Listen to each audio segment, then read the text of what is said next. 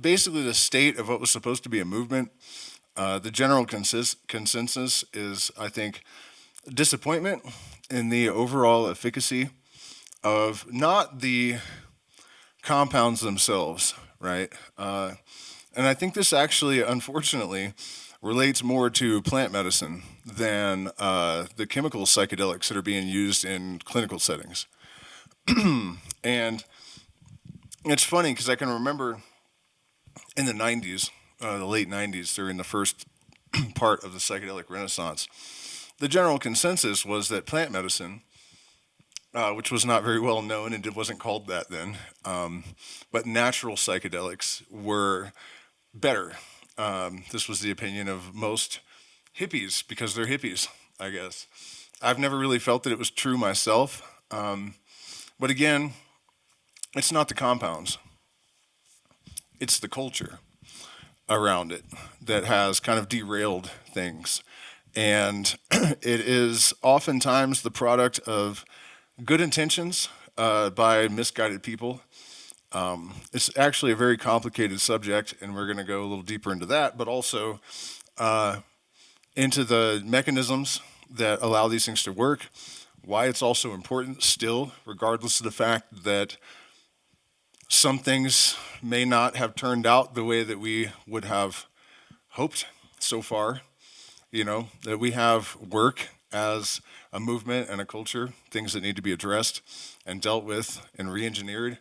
And we have to take active responsibility for doing that.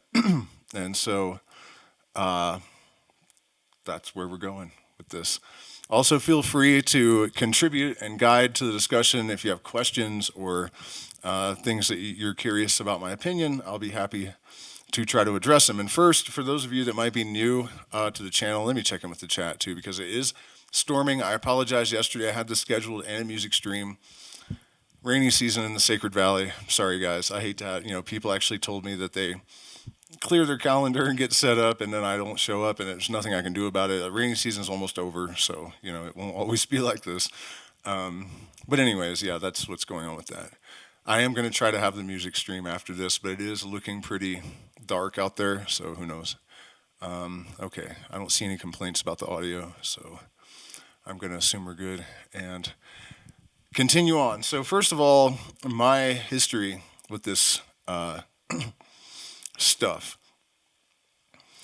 The main focus of my channel and my life really is not actually psychedelics and plant medicine. They are a primary tool and an extraordinary catalyst for consciousness. They give us access to what have been labeled parapsychological phenomena, if intermittently, but for certain. You know, there are so many potential benefits in terms of expanded consciousness, resolution of trauma, you know, all this kind of stuff. But for me, the main utility of them really is expanding consciousness and kind of cultivating a sort of super intelligence, really, or at least enhancing our pattern recognition system to the extent that we are able to sort of decode the universe. And I think that focus has been disturbingly absent from the modern Renaissance in this. And so the reason I'm mentioning that in part is to set up my own story. The first time that I realized I was really interested in psychedelics, I think I was only 8 or 9 years old, and my dad came home tripping, and my mom didn't like it. And, you know, those of you that have seen my autobiographical videos know that I came from a pretty messed up background. And so they got in a huge fight. People ended up getting strangled and stuff, like not to death, but, you know. And I guess he was tripping and she hated it. And at first I heard her say, "You took acid." And I sat up in bed and I thought, I pictured a tube of battery acid and thought, why would he eat that? And then he's like, well, this girl just had some LSD and I just took a couple drops. And the fight just got worse and worse and worse. But when I heard the 3 letters LSD, this voice in my head was like, that is important. And I didn't really know why, but I like perked up. I didn't care about the fact that they were fighting. And I was like, LSD, I have to find out what that is. And so I guess in like sixth grade, someone had accidentally introduced a book called Flowering Plants into the elementary school library because it just had a picture of a morning glory and seemed innocuous. And in my opinion, it is innocuous, but it was about datura, mandrake, ayahuasca, all of these plants and the folklore associated with them. And it was really fascinating to me, lycanthropy blew my mind, which is probably where the werewolf story comes from. That basically during the potato famine, the potatoes were destroyed by a fungus, I think, or a blight. Probably a fungus, because I think blight more affects leaves. And so all they had were leaves. But it turns out that if you eat potato leaves, you'll get lycanthropy, which is a condition where you will sleepwalk sometimes, or at least dream that you are a predatory animal, that you transform into a wolf, or usually a wolf for some reason. And so people would run around howling and, sort of werewolf, obviously Irish sounding word. And that's the story of where werewolves come from, supposedly. And another one that blew my mind was the witches with the mandrake and belladonna and other poison path plants with scopolamine and atropine. Scopolamine is used for motion sickness, and atropine is used to restart the heart. There are other applications of various tropane alkaloids, not really recommended for tripping. Toei or Floripondia has a bunch of names, really. Brumansia, Angel's Trumpet, Devil's Trumpet. It's a little bit more mild. It's still dangerous. But if you use the flowers, for example, for insomnia and inflammation, it's like the best thing there is. But you really need to know what you're doing. Anyways, they made a flying ointment out of the roots of like datura stramonium, datura metalloides, and mandrake and deadly nightshade and all these things. And they would put it on the end of a broomstick and apply it through the vaginal walls. And I guess people would stumble upon these groups of witches with broomsticks between their legs, hollering about how they're flying. And this is where the popular image of a witch riding on a broomstick actually comes from. I could go on with this lore. There's all sorts of just incredible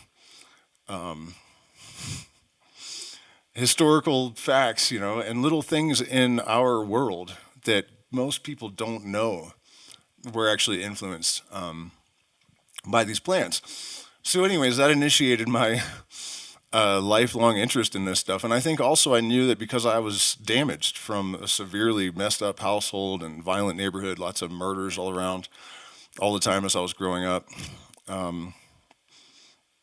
inbred people, dangerous pit bulls, bad. I think I intuitively knew that I was going to need some help and that psychedelics would provide that help. And it's true that they did. To an extraordinary extent. In fact, I did, as is expected, grew up with some, violent temper problems and various emotional issues that presented as extremely toxic behaviors in relationships. And, it was quite a mess in like my early 20s. And through self-administration of psilocybin and other mostly psilocybin. Eventually, I was able to work all those things out without any therapy. Yeah, so and it wasn't a cure-all. I still struggled a lot, over the years. In my 30s, I had health problems that led to addictions with pills and whatnot, and all sorts of things. I ended up in prison at one point for a short period of time and over something stupid, but still, I did go to prison. And the thing that I realized eventually is that when I gravitated away from these psychedelic compounds, I would end up losing my way, because the trauma was really severe. And the influence would more or less entirely be mitigated if I took, say, mushrooms twice a month or something, And even though it didn't completely resolve everything, instantly, that's an unrealistic expectation, by the way, and something that a lot of people criticize psychedelics and say, well, when you come down, that's not true. studies have shown that the benefits are retained 5 years later on average, especially if the context is correct, that they're administered in the proper manner, to the proper medium, to the proper object. If you fulfill the postulate, then the results will be consistent. So, the influence of these things, even though they weren't completely annihilated, were still lessened, despite the fact that if I strayed from the path, I often would find myself back in some kind of trouble. So eventually, I ended up reading the Psychedelics Encyclopedia like 3 times, which is I think like 1,000 pages long, more or less memorizing it. Fascination continued throughout my life, and eventually I ended up studying ayahuasca and other plant medicines with various tribes and shamans in South America. And so that continues to this day. Now we're in the Sacred Valley, and we are having events for very, very small groups. So if you are interested in that, shoot me an email. We don't have a lot of space, but I don't like to do big groups anyways, one-on-one, or working with a couple, or a group of 3 to 5. That's, I don't think it's really appropriate to go beyond that. Let me check in with the chat one more time and see if anybody's...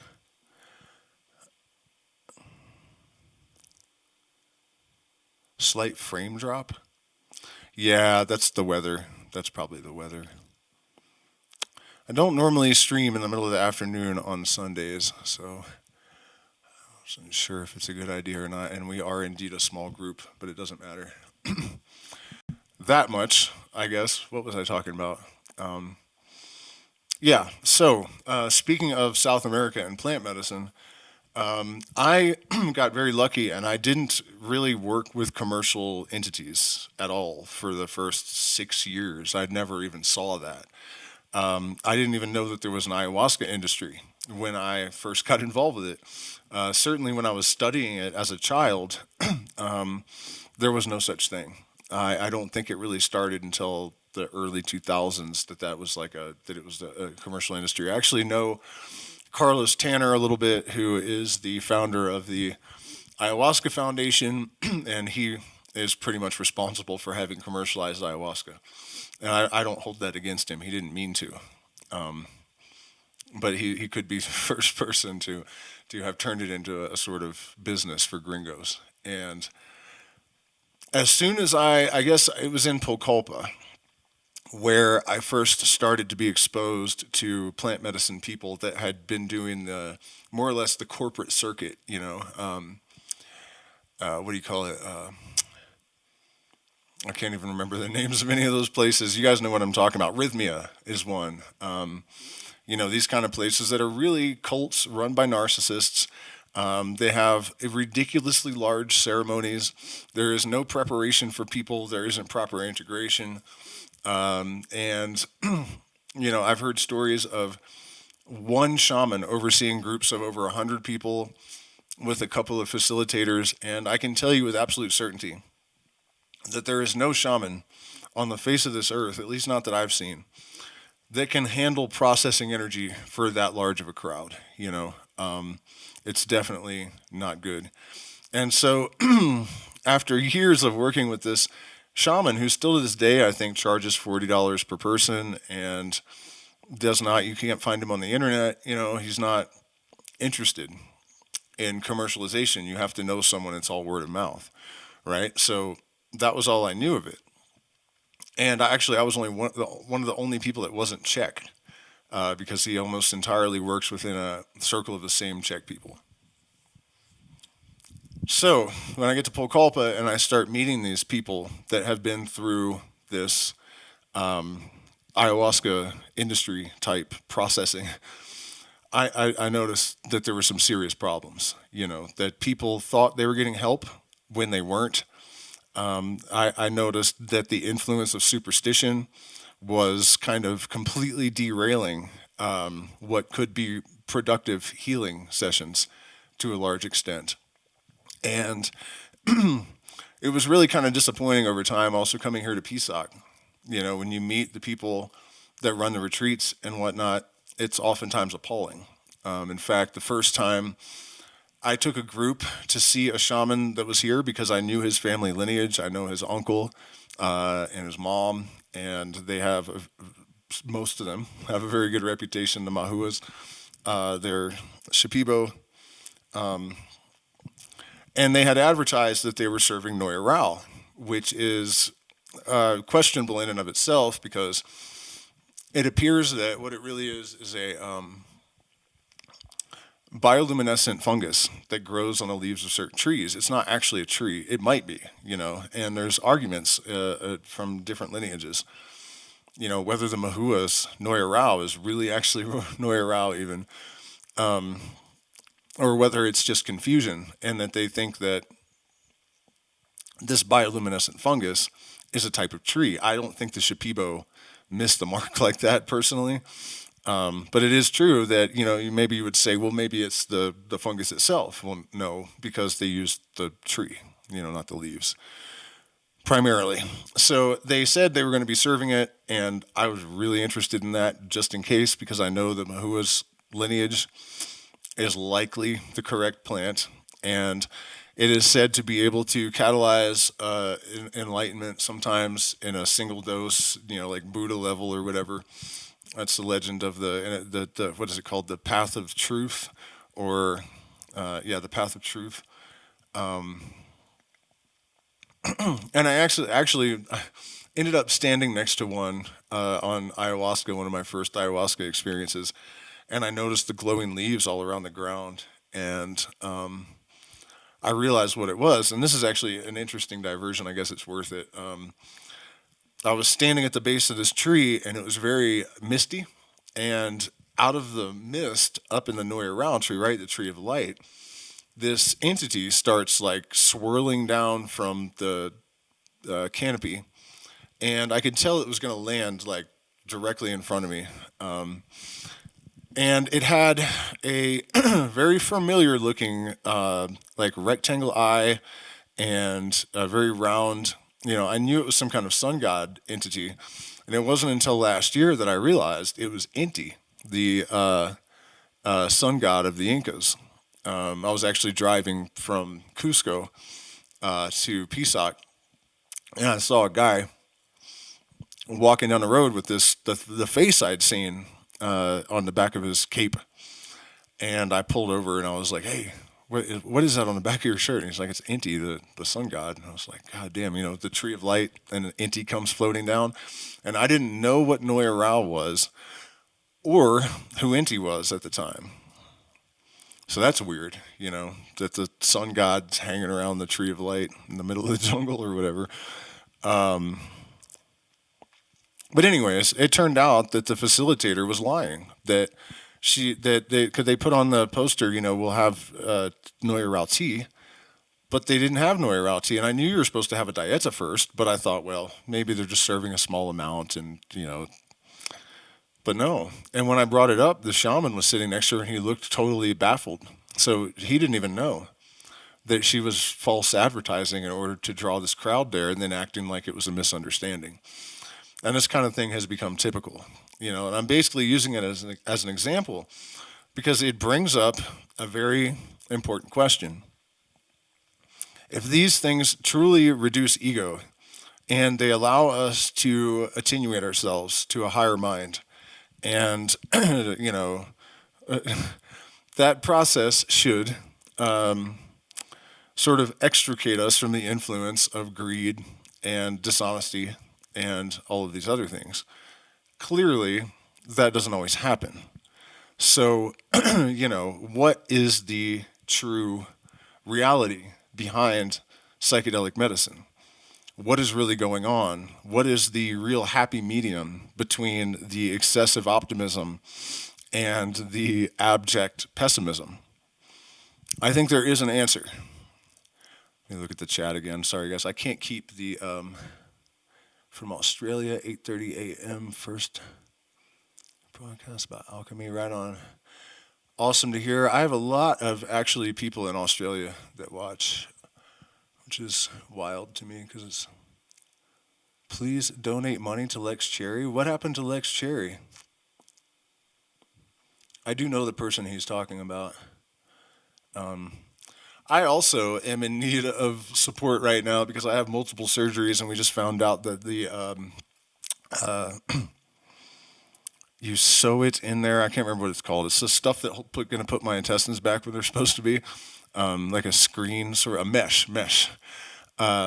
Yeah, I have to have two meshes replaced and then some reconstruction inside of my jaw.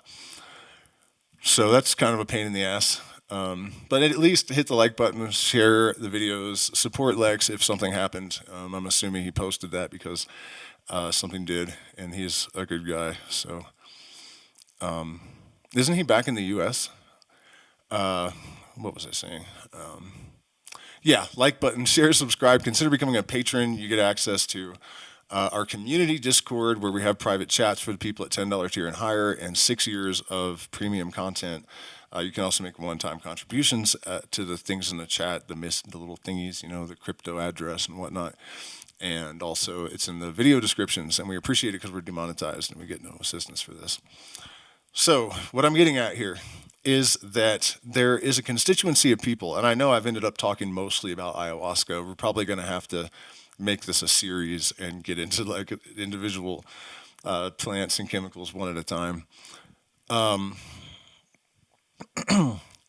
But there's a constituency of people that seem to have a motive where they want to sort of frame ayahuasca as this vegan agendaed, this entity that has like, it wants you to not eat any meat, even though we now know that there are plants that are more sentient than animals and can count, which a cow cannot do, and recognize relatives, which only a mother cow does for a little while, but it definitely doesn't know its cousins like certain plants. You know what I mean? Non-neural intelligence is a fact now. So that doesn't make sense right out of the gate. And it's not true. And also that it wants to make you peaceful and all of this kind of stuff. And those things can be true. And I am not in any way saying that we should not embrace, peace, being peaceful and kind. You know what I mean? I'm not saying that, but reality is what we need a fat dose of right now, right? So, the Shuar, for example, who I primarily learned about ayahuasca from, are straight up warriors. And even, I almost said worse, that's not bad. But in the context of the modern world, it's inappropriate, to behead your enemies and sew their eyes and nose and mouth holes shut and shrink their head and stuff. And they say ayahuasca taught them to do this. They also will eat monkeys right after a ceremony. It's nothing like what the commercial ayahuasca narrative would have you believe. And a large reason for that is, who do you think spearheaded this movement? Hippies. A lot of whom are vegan pacifists, right? So the reality is, I think, that ayahuasca and any other psychedelic will adapt you to your circumstances and make you better at what you are. Unless there is someone there that has greater wisdom than you, that has deeper training in psychology, that not only understands this stuff themselves, but can teach you how to apply this knowledge to yourself actively through practices of mindfulness and self-psychoanalysis and other similar techniques, right? You need to be taught to be your own shaman in order to really heal from this stuff and to create yourself, to engineer yourself in congruence with your highest perception of what you're supposed to be, right? In the absence of that, if you are, say, a real estate agent from the San Fernando Valley in California, and you're basically a yuppie narcissist, and you are vapid and without purpose, and you have a tremendous ego, blah blah blah, et cetera, and you go to see a traditional shaman that doesn't even speak your language, and maybe you have an interpreter even, and you are told a bunch of stuff about spirits that doesn't really mean anything to you, and then you're given a bunch of ayahuasca. Now you are the same person, mostly, but with ayahuasca earplugs, and you think you're superior to everyone else. Without the proper context it will just make you more what you are. It will amplify those characteristics. And why is that? These flaws in our personality, in our being, they're tied to our survival. They are defense mechanisms, they are strategic adaptations that allow us to navigate a very toxic society. And so when you amplify the brain and increase the connectivity and give it more presence to communicate with you, especially the subconscious where all your trauma resides, it's going to make adaptations that make you more fit for survival, not necessarily a better person. Sorry, it's just true, you know? And of course, this isn't always the case. There are exceptions to every rule. Every person is an individual, singular, dynamic entity, right? And for one person that was a, antisocial, bipolar, fucking whatever list it is, that person may be just instantly cured. That happens sometimes. People take one dose, even of LSD or something, and they're just better.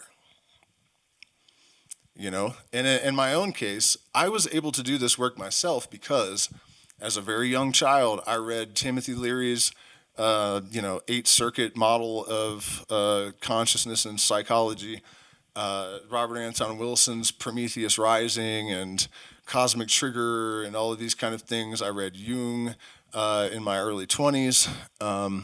Somehow missed the whole synchronicity thing.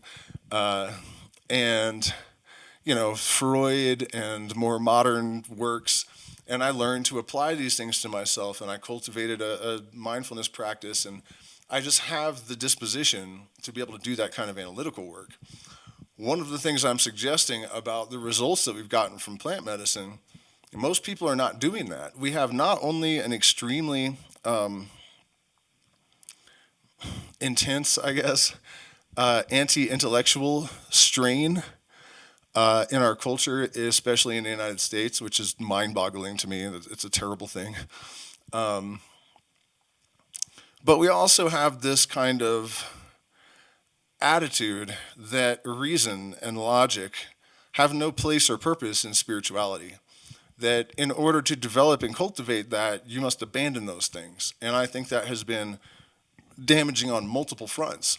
It has created the perception that spirituality is for idiots because you have all these anti-intellectual people, anti-science people, all this kind of stuff, disregarding logic and just generally acting like fools, and also taking a bunch of plant medicine and still obviously being a fake vapid narc or whatever.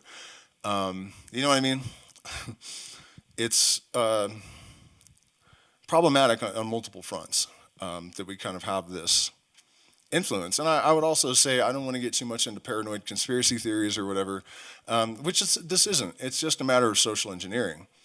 The separation of intellectual development and spiritual growth is deliberate because they're not only not mutually exclusive, they are fundamentally integral to each other in terms of making each other have real substance and purpose, Science and logic devoid of an understanding of the holistic integration of consciousness in every facet of the universe, for example, has kind of left it adrift, And there have been biases that have been built into the substructure of it, so that right now, the institution of science is staring this reality of a universal mind right in the face, and the individual researchers are doing everything they can to avoid acknowledging it. And if you don't know what I'm talking about, look up Stuart Hameroff and Penrose's Orc theory of consciousness, Michael Levin's work on morphology and bioelectricity, and the response-based adaptations in plants, animals, reptiles, that are basically devolving adaptations, devolving characteristics so that humans don't kill them, that they couldn't possibly understand, especially the trees. That alone is basically proof of some sort of intelligence integrated into the substrate of the system that has oversight and evolution. There's like no way around that, you know, and yet they're trying so hard. Like, there must be an unknown biological mechanism in the elephants. Like, come on, man, really? You guys are supposed to be objective here. Like, why are you so determined? Anyways, you know what I mean? And that's really the solution I gave on both ends of the spectrum, is that we have to integrate the gains from modern society, from the, you know, the disciplines of psychology and therapy and cognitive science and all of this stuff, into the ancient practices that I'm not saying are invalid. You know, it is true that there are shaman. And although I hesitate to use that word for myself, indigenous people do, that I know. So, you know, call me a facilitator if you like, but, you know, this is something that I've done myself, and I know that it's real. Sometimes you can just extract energy from a person and fix it in that way. But generally speaking, there is a incongruency. There is a schism between the culture that a Shipibo person comes from and someone from New York City. You know, a young upper-class Jewish princess from Brooklyn has a completely different strata, you know, of psychological and emotional constituents. And I'm not saying that there's not any benefit from going to see someone that is purely traditional for that person. But in the context of applying these things to people from those cultures, you have to integrate both approaches. Otherwise, it's potentially doing more harm than good.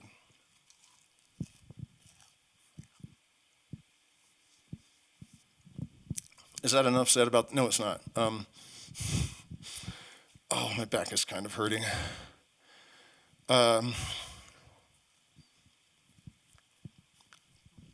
While we're on the subject of ayahuasca, though,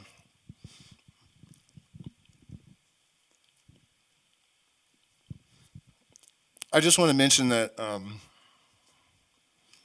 something that has bugged me for years now is the lack of focus on parapsychological phenomena like telepathy and precognition and all of this. And I have seen it so many times. I have personally received information about Sirius that included astrophysical details that I did not, there's no way I knew them, and there's no way I guessed, because no one on earth knew them at the time. And there are witnesses, I'm sure that it happened, there's no doubt about it. You know, things like that. And then actually I found out that there's actually a tribe that claims to communicate with information about this star system also when they drink ayahuasca, the sequoia, and the star system in question is Sirius. You know, and it goes all the way back to I think like the 1500s or so, late 1500s, when Sir Walter Raleigh was talking to a shaman in the Amazon, and the shaman said, "I can know anything when I drink the vine," and the shaman says, "Your sister is dead, unalive, sorry, algorithm, God." And she had died the day before he said that or something. And so, you know, and there's just tons of those kind of like shamans that could describe places in China and the Eiffel Tower and the pyramids and whatnot, and there's no way in hell they had ever left the jungle or seen a television. We're talking like the 1940s and 50s, barely contacted people. And then in a clinical setting, masters in Houston, who are PhD medical doctors, had heard about telepamine and telepathine, which are now called tetrahydroharmaline, and you know, they're harmala. I don't know which two harmala alkaloids they were. Harmaline and tetrahydroharmaline, I think. Back then were called telepathine and telepamine. And it's because of this. And so in 1966, masters in Houston thought, well, we should try to figure out if this is true, because, you know, it appeared in unconnected accounts from around the same time. So the chances that these people had even influenced each other with their stories was pretty goddamn low. And so, in fact, Richard Evans Schultes had stories like that, and he was lost in the jungle, I think, for 12 years. And so a lot of these accounts emerged while he was lost in the jungle, and then he comes out talking the same jive. So, you know, so they did experiments, and they had, I think it was a 13 or 30 huge building, and the subjects were separated by an excessive number of floors. And one party was looking at a drawing of like really, really random stuff to discourage the possibility of guessing correctly. I remember one was like a skier skiing down a mountain that was on flames with a UFO hovering above him. And the accuracy of the people that had drank in the ayahuasca, and we're not even talking about trained shamans, was like 99% or something insane like that. And so, unfortunately, that year, research was shut down, and it seems to me that possibly in the interest of trying to rehabilitate the perception of psychedelics, people don't really want to, get into this kind of research because it's considered flaky or whatever. But I think it's tragic that we're not putting energy into that. I mean, I have a tremendous number of stories of. In fact, I'll share one more real quick. That this is just wild. It was early in my drinking career, I guess, and I was on the deck in this jungle with the guy that I worked with the most for years and years and years, and I had my eyes closed, and I realized I could kind of see through my forehead, and it was orange, as if I was looking through bone and blood, you know. And I saw a mosquito flying and land, and then it bit me, and I realized, like, holy shit, I actually saw that mosquito, and my eyes are closed. And so I sat up with my eyes closed, and I scanned everything, and it all looked like, seeing through the center of my forehead, everything's tracking, like I move my hands in front of my face, and I'm thinking, okay, the mind is probably powerful enough to generate all this and track it properly. So the next morning, I go downstairs, and the first thing the shaman says to me is, sometimes you can see through your forehead when you drink the medicine. And I'm like, good morning, And so if you think about the idea of pineal gland activation and its association with sixth sense type phenomena, that instance kind of two birds, one stone, like it was an instance of telepathy. And it also addressed directly the fact that I was seeing through. So I went home and checked. Pineal gland is connected to the neovisual cortex and has rods and cones. It's an eye. In fact, when we close your eyes and you still see, that's probably what it is. The eidetic visuals that we get, especially when we eat mushrooms and whatnot, are probably perceptions of the third eye. So, yeah, I think that more or less covers the ayahuasca segment of this. Come to Ecuador and enjoy ayahuasca in San Pedro. Well, I lived in Ecuador for a number of years. Australia. Lex. Okay, so I still don't see any questions or comments in the chat.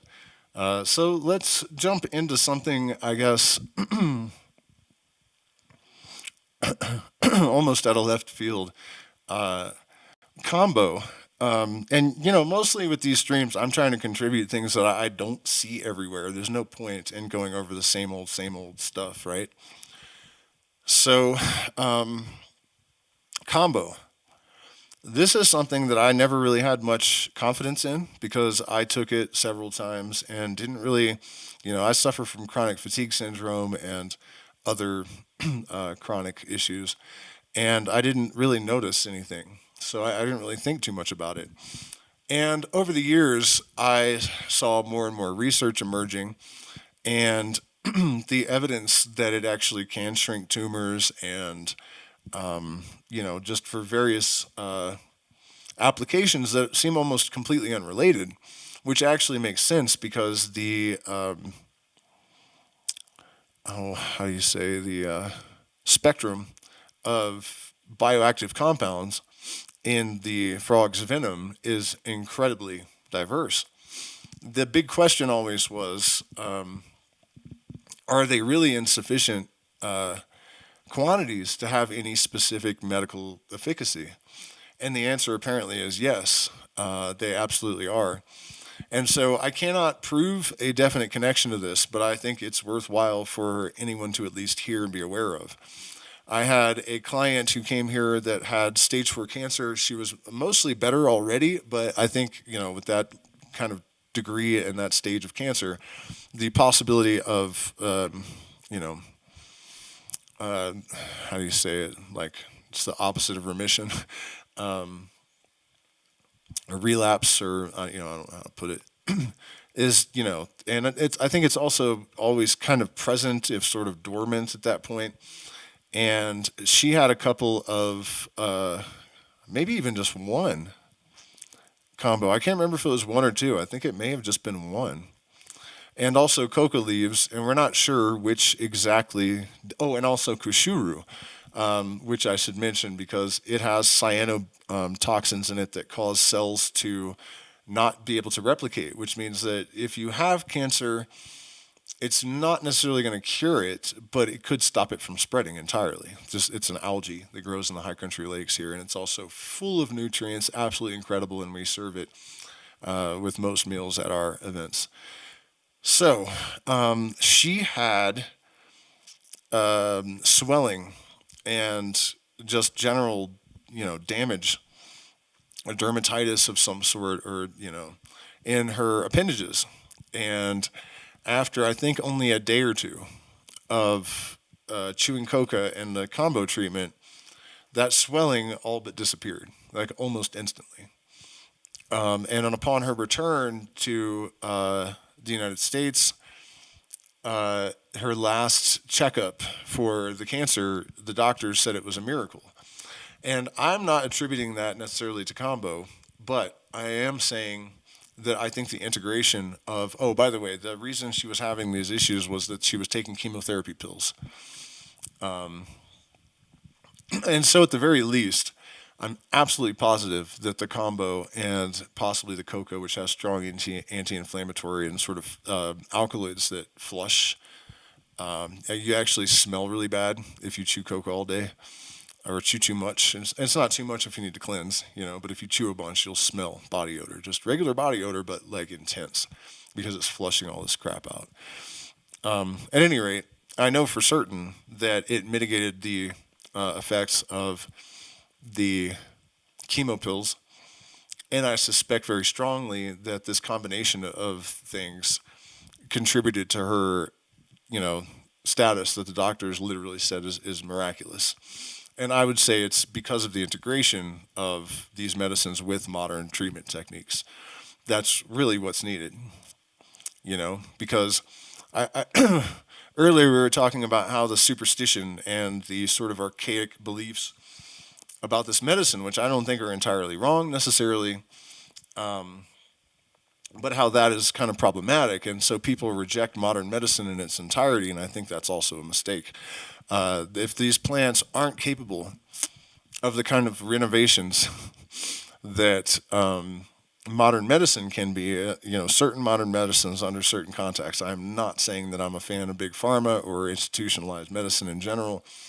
However, don't throw the baby out with the bathwater kind of thing.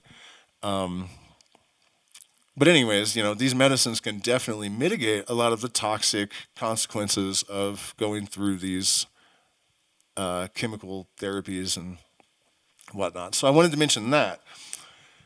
And then also, combo as a psychotherapeutic agent is shocking to me because it's not psychedelic.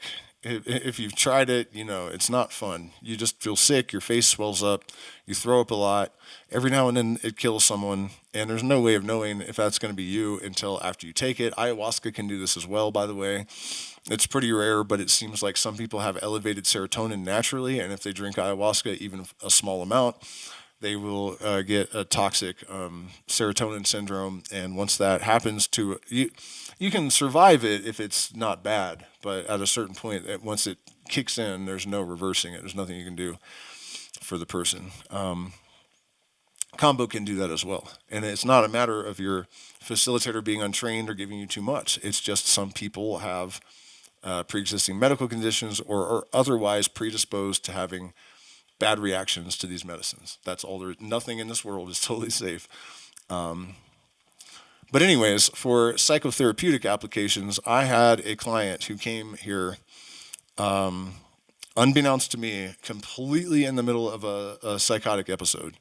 It was initiated by an insane dose of psilocybin, 2 in a row. I don't know why this was done. He's fine now, largely because of combo and rape. But you know, when he got here, it didn't take me long to realize, like, we have Houston, we have a problem. And so first I gave him rape, the Geseleu golden boa, which is extraordinary. It's very difficult to get your hands on because it's only made by one maestro, and there are lots of copycats, but none of them are as good. So lucky for him, I happen to have that on hand. And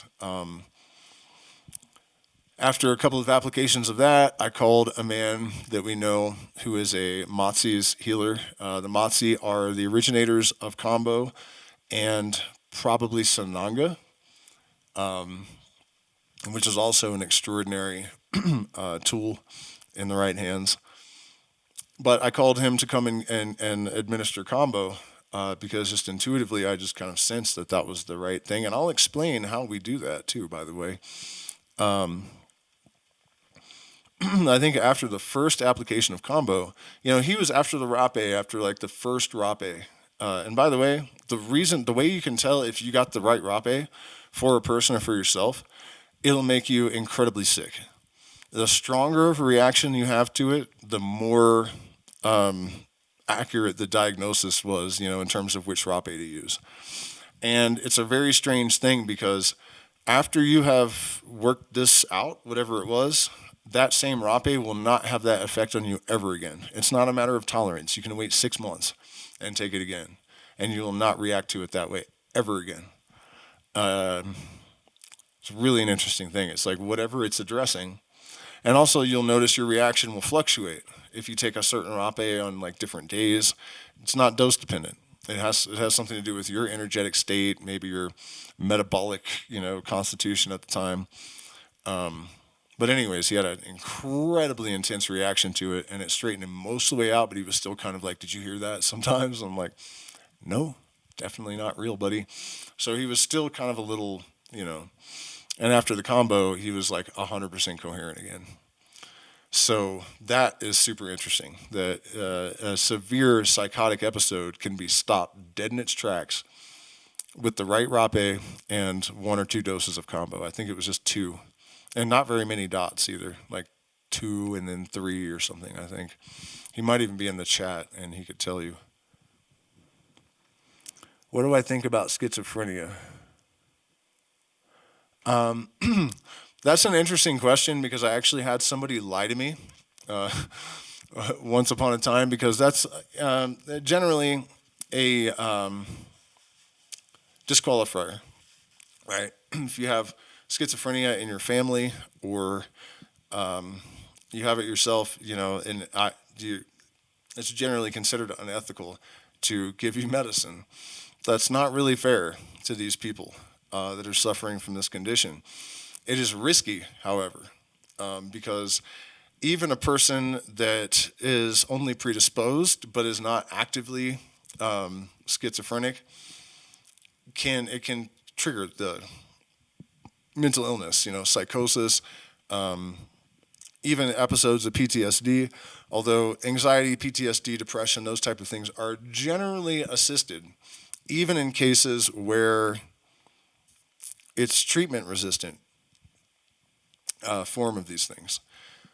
So, the schizophrenia thing. I had a guy come, do you have any mental illness in your family? And this is something that people have lied to me about so many times. Please, you guys, don't do that to your facilitators. They don't deserve it. You're putting everyone in a fucked up situation. And luckily, in my case, it's never really been that problematic that person concealed their real mental health history. There's nothing I can do about it. You know what I mean? We can't force people to tell the truth. So I just wanted to take a second to say, please tell people. It won't necessarily even disqualify you. But at any rate, this guy lied.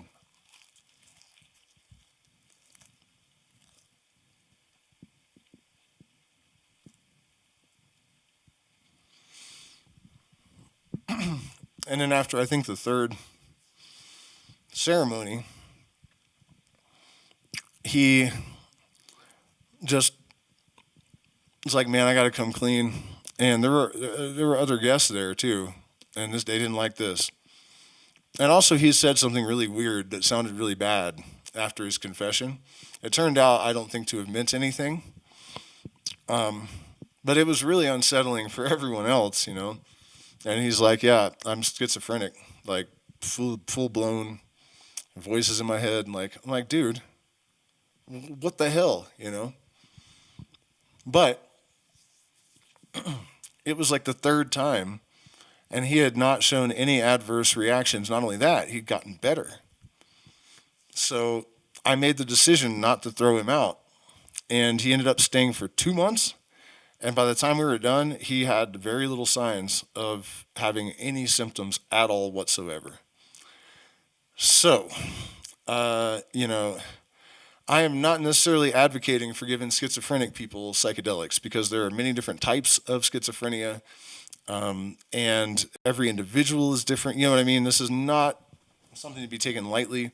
And if you're schizophrenic and you're watching this, I don't know if I would advise it, even though the one time I have seen someone, ingest these substances over and over again for an extended period of time, it did nothing but help him.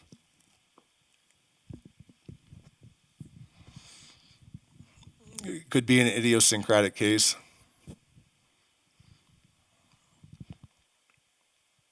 So that's the honest answer. I almost hated to say it, but that's my experience. And it's important to remember that it could be relatively meaningless. I kind of doubt that, though.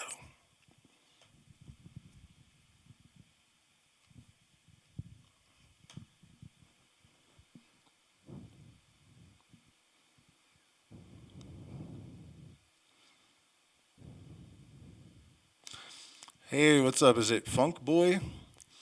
Is that? I remember you told me how I'm supposed to say it, and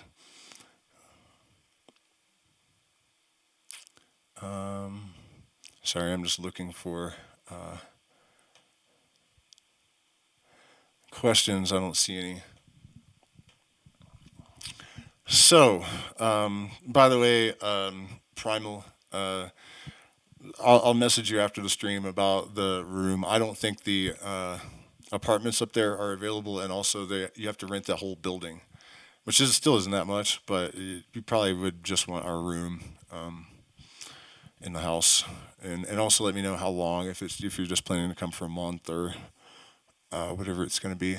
So, by the way, you guys, please hit the like button, share, subscribe, consider becoming a patron. Our Discord community is relatively small, but people are building stuff that benefits all of us potentially. And I've really been inspired by the fact that I can seem to be able to motivate people to, bring them together and get them inspired to work together.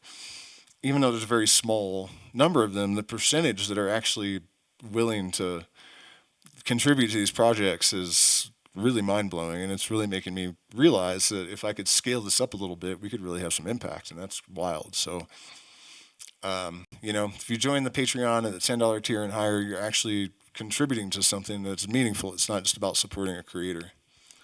And we're pretty kind to people. We have some of us have run into hard times financially, but still want to participate. And when I know that's really the case, I will just gift them a membership. And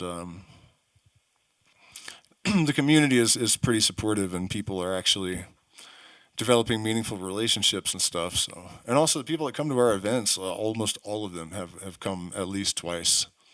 I think a couple of them 3 times. So it's good. It's good stuff.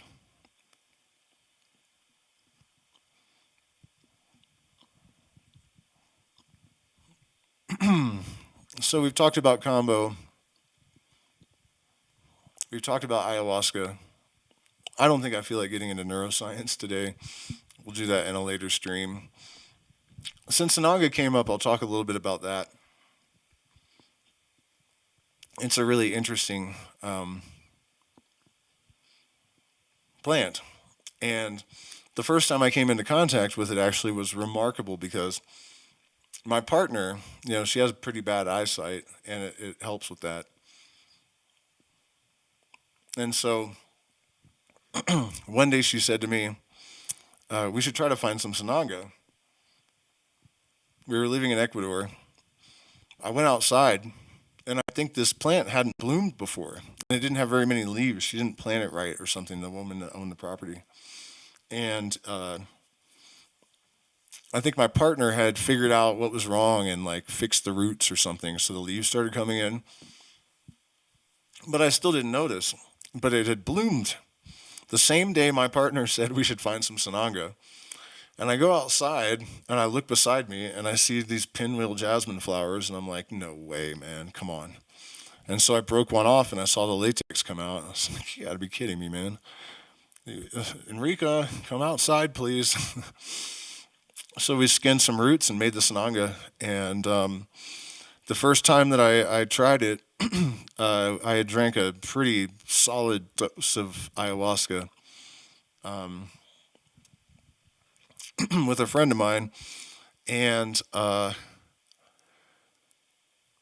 we both had the same report, basically, that at the peak of the experience, you put the eye drops in, and yeah, it burns, but it's not terrible, and the feeling was like being cleansed from the inside. Like if you could take your soul and put it in a washing machine that was also a massager or something. I mean, it was incredible. And the visions became incredibly crystal clear, and the depth was remarkable.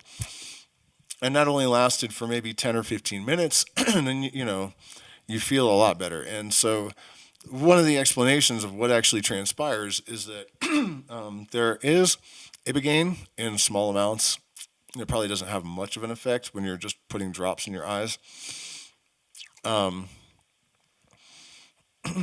the Quichua call it panema, which is like a energetic block or a sort of corrosion in your energetic body that causes like you don't want to work, you get lazy, lack of motivation, and it dissolves that. And that does seem to be the case. And so last year, earlier I mentioned the combo that was administered by Carlos Jimenez, the Motsi's guy, the originator of the original lineage, really, of the frog. And he was at my house for some reason, and he's like, yeah, blah blah blah blah. Last time I drank Sananga, and I was like, what? What do you mean drank Sananga? And I'd heard of this actually in Iquitos. From that, there was a rumor that some of the Shipibo had started drinking Sananga. Not a traditional practice for them, but they had started doing this, and now I know why. Actually, it's because Carlos goes there all the time now, and so do other Motsi's people, because it's become such a hub of plant medicine. I didn't like it there, by the way. What was I saying though? Okay, so so I realize that he's serious. And if you put it in your eyes, there's a couple drops, and you think about drinking it. You're like, yeah, I don't know about that. And he said, oh yeah, we drink it after taking combo to help with the purging process, and to they sort of catalyze each other. And I was like, ooh, yikes, scary. But can I drink some? And and he's like, yeah, I'll bring it over in a few days. So there's a video you guys can watch it. It's not really, that amazing or to watch me just get sick and kind of look swelled up eyelids, but it did, I think, really make me feel rejuvenated afterwards. And I think when you drink it, the ibogaine element is enough that it has a mild psychedelic effect as well. But the burning, it was really interesting when you swallow it. In the video, I think I first drink it, I'm like, no, that wasn't so, because the burning happens in your throat, going down your throat the same way it does in your eyes. And so I'm like, and then once it's absorbed into the bloodstream, it goes throughout the bloodstream, burning the shit out of you all through your entire body, which I'm sure has some sort of medical application.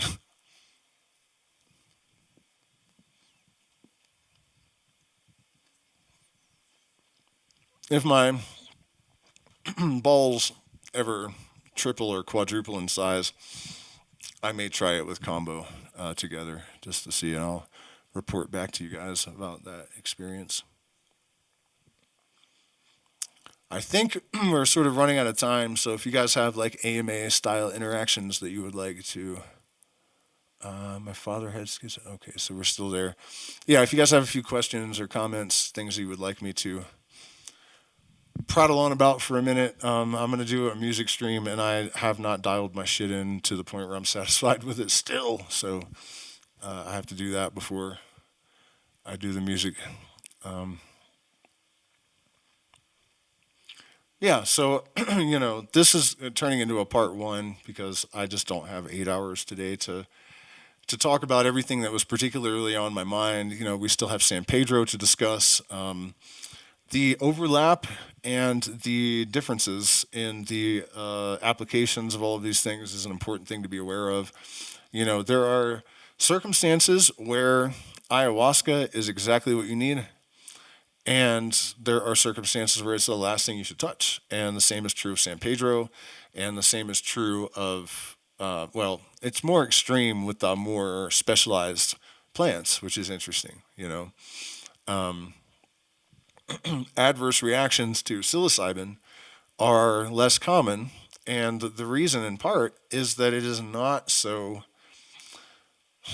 highly specialized. I don't know how else to put it. It has like a broader spectrum, and unless you take like really high doses, a different sort of potency that's easier to navigate.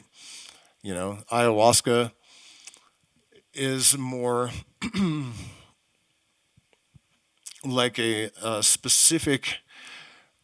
It has more of a highly specialized application. I know I'm getting redundant, but that's really the only way I can think to put it. And as does San Pedro, And so, whereas ayahuasca may help someone that has severe PTSD, it could also potentially backfire. But the chances of San Pedro causing a problem with someone that has these sort of inclinations, predispositions, is much, much higher, because anything that has like an amphetamine sort of effect is dangerous for people that have that kind of high strung sort of anxiety related type of condition. Right? So in the next edition of the what did I call this stream? Well, whatever, the truth about psychedelics. We'll get into some of these other things, and we'll also get into like the strictly chemical things like MDMA, ketamine, LSD. All of these things have their proper place and application. And I know one of the reasons I'm doing this actually is that I know a lot of people don't have the money to go to a clinic or to go to a retreat, and you're going to self applicate.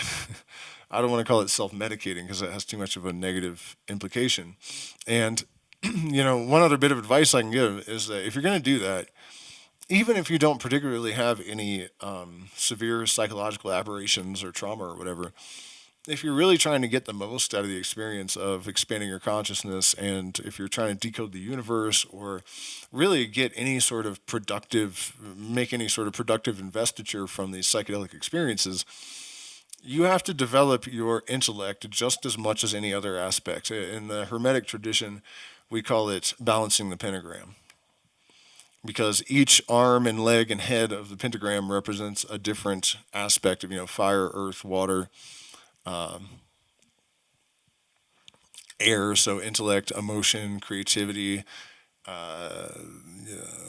abundance, I guess, material resources, and spirit at the head of the whole thing.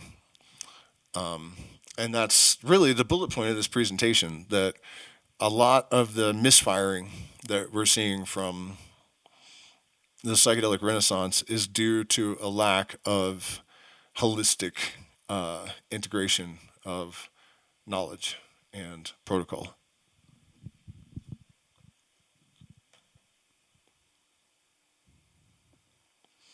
Yeah, mushrooms can be tremendously good for anxiety. And then let me see, Jacob Barber's whistleblower on the UAPs yet? No, I have not. Okay, guys, I am going to wrap it up, but thank you so much for spending this time with me. I hope it was informative and amazing. And if you are interested in attending an event in the Sacred Valley, we're doing that until March. And then we'll be in Manu in the jungle, which is the best part of the jungle, from what I hear. In terms of the, how do you say it, intactness of the biodiversity, in May. So thanks so much. Please hit the like button, share, subscribe. We're demonetized, so support is awesome. And I'll see some of you, I'm sure, in the music stream in 1 hour.